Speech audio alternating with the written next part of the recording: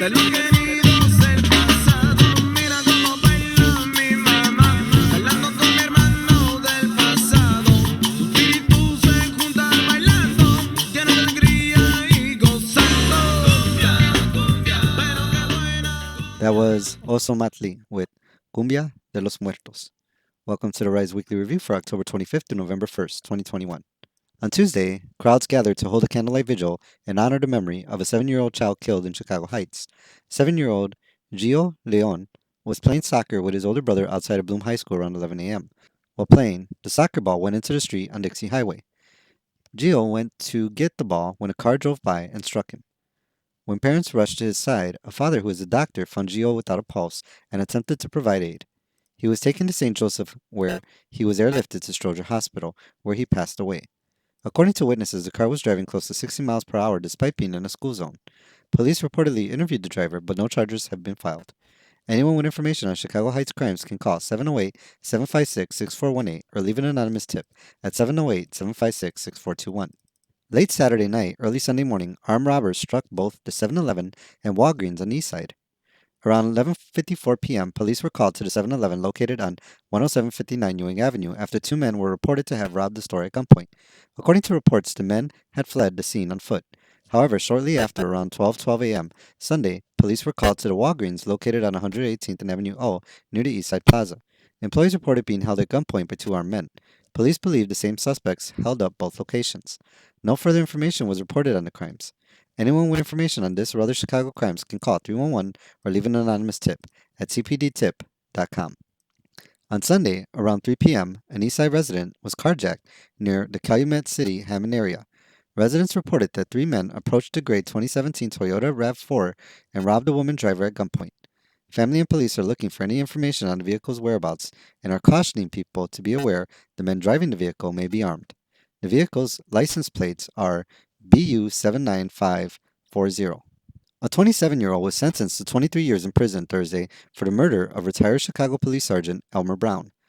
Nicholas Heisler pled guilty to involvement in the 2019 killing. 27-year-old Heisler, who was 20 years old at the time, and two others had rang the doorbell to Brown's home on 115th and Avenue G on March 10, 2014. Brown, who was 73, was watching TV with his wife when the three forced their way inside. The three were armed and forced Brown's wife to the floor while demanding Brown open a safe they believe he had. Shortly after, his wife heard a gunshot. The three fled the house with cash, a rifle, and a knife. Brown had been shot in the face and died soon after. News reports state it wasn't clear who shot Brown. 25-year-old Jesse Kazmierski, who was 18 years old at the time, had pleaded guilty in 2019 and is currently serving a 33-year sentence at the Pontiac Correctional Center. 22-year-old Jeremy Mendez, who was 16 and a juvenile at the time, had served 5 years for the killing and was released in 2019. The three were reportedly from Hammond. Brown had served the Chicago Police Department for 38 years before retiring. Police in Northwest Indiana are seeking the public's help in finding a 19-year-old wanted in a double homicide. Gary Shanklin Jr. is wanted in connection with the murder of 43-year-old Melisha Martin of Hammond and 52-year-old Christopher Burks of Chicago. On October 13, police had responded to a call of an Impala crash into a home near the 1200 block of West 149th Street in East Chicago. There, they found Martin in the driver's seat unconscious. Burks was found across the street laying in a pool of blood. Martin was airlifted to the University of Chicago Medical Center, where she passed away. Burks was taken to St. Catherine's Hospital, where he was pronounced dead.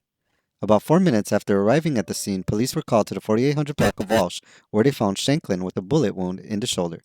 He was taken to an unspecified Chicago area hospital. His hands tested positive for gun residue, and a video showed someone wearing clothes like his leaving the Impala holding a possible gun. He has been charged in both murders. It is unclear how he escaped from the hospital and police custody. Police are asking anyone with information that can help locate Shanklin to call Detective Miguel Peña at 219-391-8318 or to remain anonymous, call 219-391-8500. An 18-year-old has been charged with a carjacking in South Deering in 2020. The teen was arrested Monday in West Pullman after detectives linked him to the crimes. According to reports, on September 5, 2020, the teen, who was 17 years old, had carjacked and kidnapped a 22-year-old on 105th and Oglesby.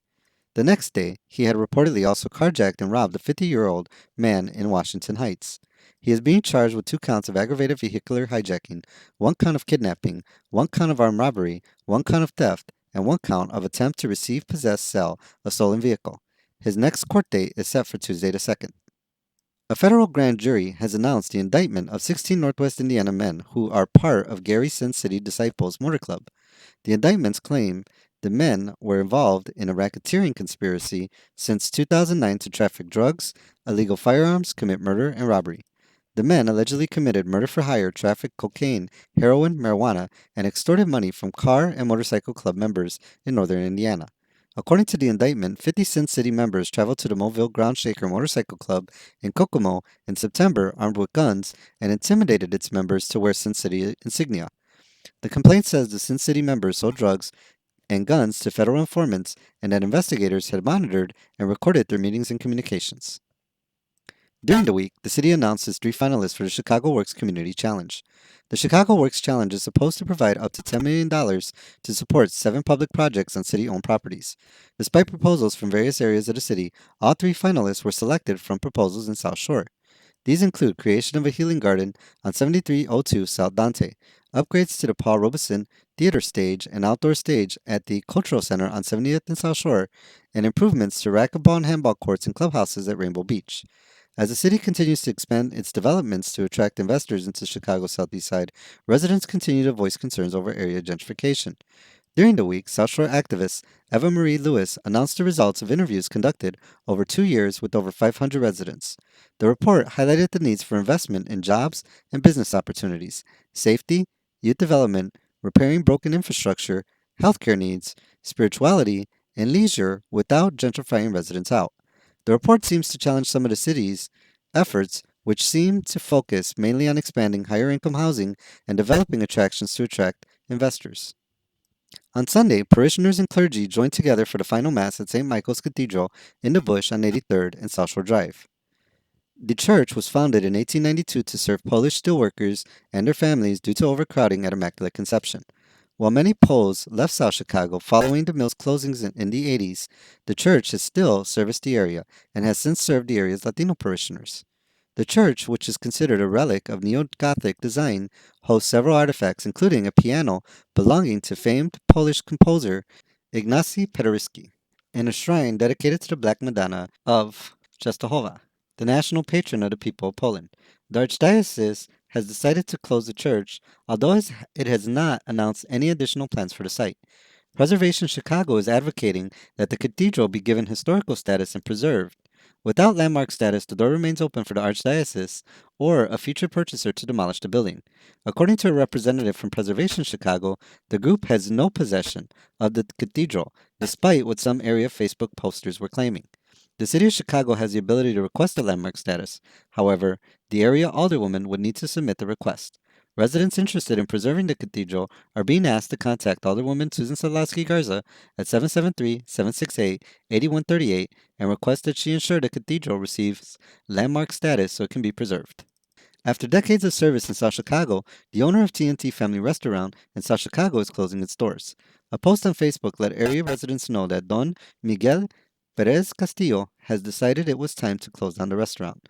A farewell buffet was held at the restaurant on Sunday the 31st. T&T has been a staple of South Chicago dining for 42 years. And finally, before we end our weekly review, just a quick note. Over the week, residents throughout the area organized several events to celebrate Halloween. From trunk-or-treat events at Bessemer, Kell Park, and Edgar's Grove, residents throughout the area gathered together to celebrate. Down several streets from South Shore to Whiting and communities throughout the south suburbs, trick-or-treaters were greeted by residents in costumes who shared treats and smiles. Many of these events went off with few, if any, incidents. In fact, as our current review indicates, there were few, if any, area injuries or deaths from gunfire or other acts of violence. Well, at least few that gained media attention. Regardless, the spirit of peace, celebration, and unity that our community showed during the week remains something to continue to strive for. As we remember those we lost over the past years during El Dia de los Muertos, weeks like this give hope and something to aspire to. Happy Halloween and Feliz Dia de los Muertos to everyone. And that ends our weekly review for October 25th through November 1st, 2021. Thank you for joining us for this week in review. Peace.